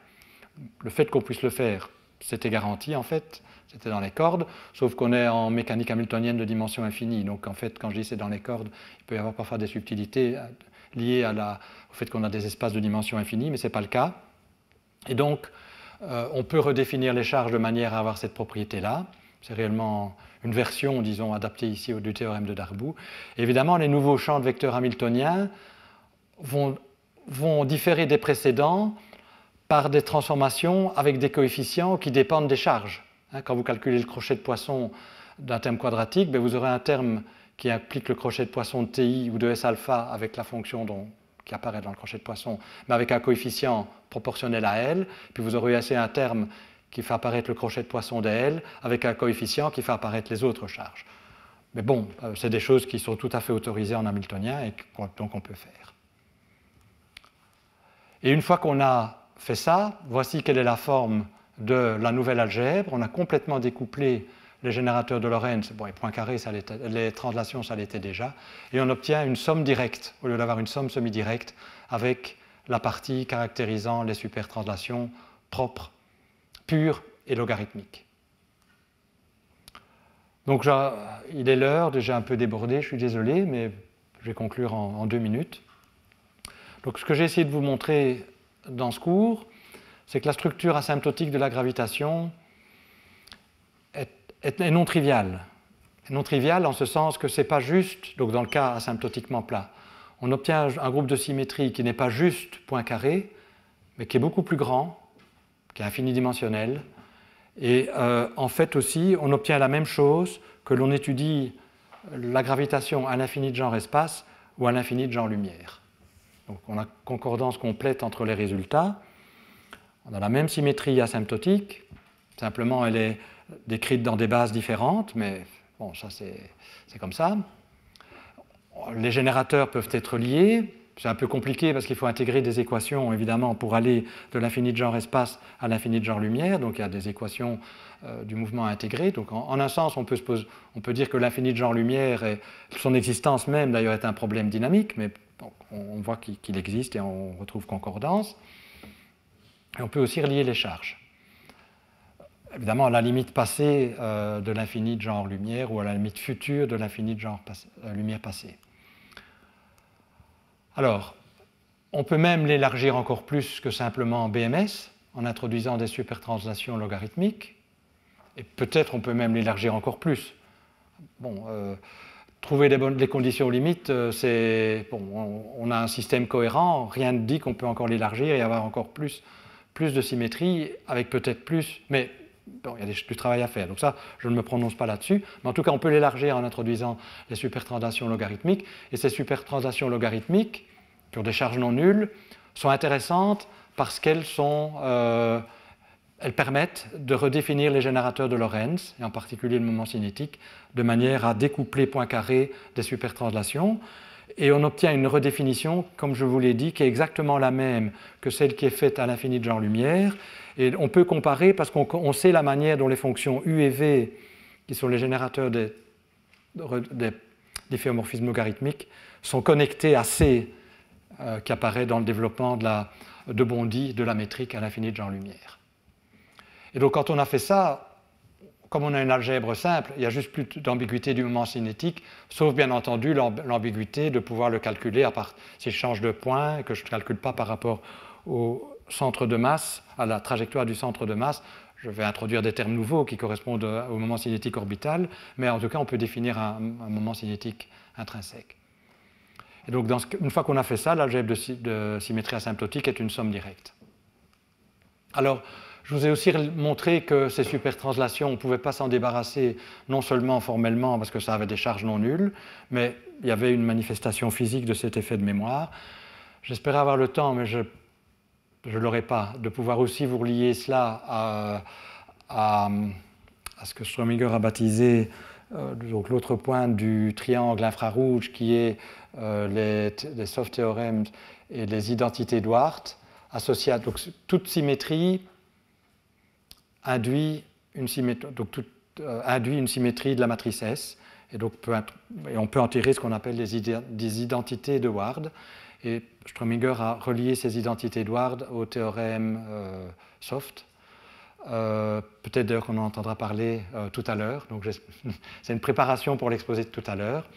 Et donc ça, moi, je n'en parlerai pas, mais disons que c'est important. C'est un autre aspect très important de ces symétries asymptotiques. Donc qui était avant, je dirais essentiellement avant que Strominger apporte un éclairage nouveau sur ces symétries, je pense que les gens travaillant en gravitation ne savaient pas très bien comment considérer ces symétries. Ils étaient même initialement, et je me souviens quand moi j'en ai entendu parler dans les années 70 que j'étais étudiant, le professeur qui exposait la théorie était un peu embarrassé de dire on a un groupe qui est plus grand que Poincaré, on espérait Poincaré, on va essayer de se débarrasser comme on peut des supertranslations, malheureusement on n'y arrive pas. Et il y avait une sorte d'embarras. Et puis depuis, disons, les supertranslations ont acquis leur lettre de noblesse, si je puis dire, grâce à ces théorèmes. Et donc j'en ai montré qu'une partie. Donc l'effet de mémoire, c'est un effet qui a beaucoup de popularité maintenant parce qu'on espère pouvoir le détecter, en tout cas peut-être LISA. Mais donc on voit qu'il y a une signification directe physique de ces considérations, disons, de symétrie. Mais ça, je ne le ferai pas. Et sur ce, je vais vous remercier pour votre attention et m'excuser d'avoir un peu dépassé.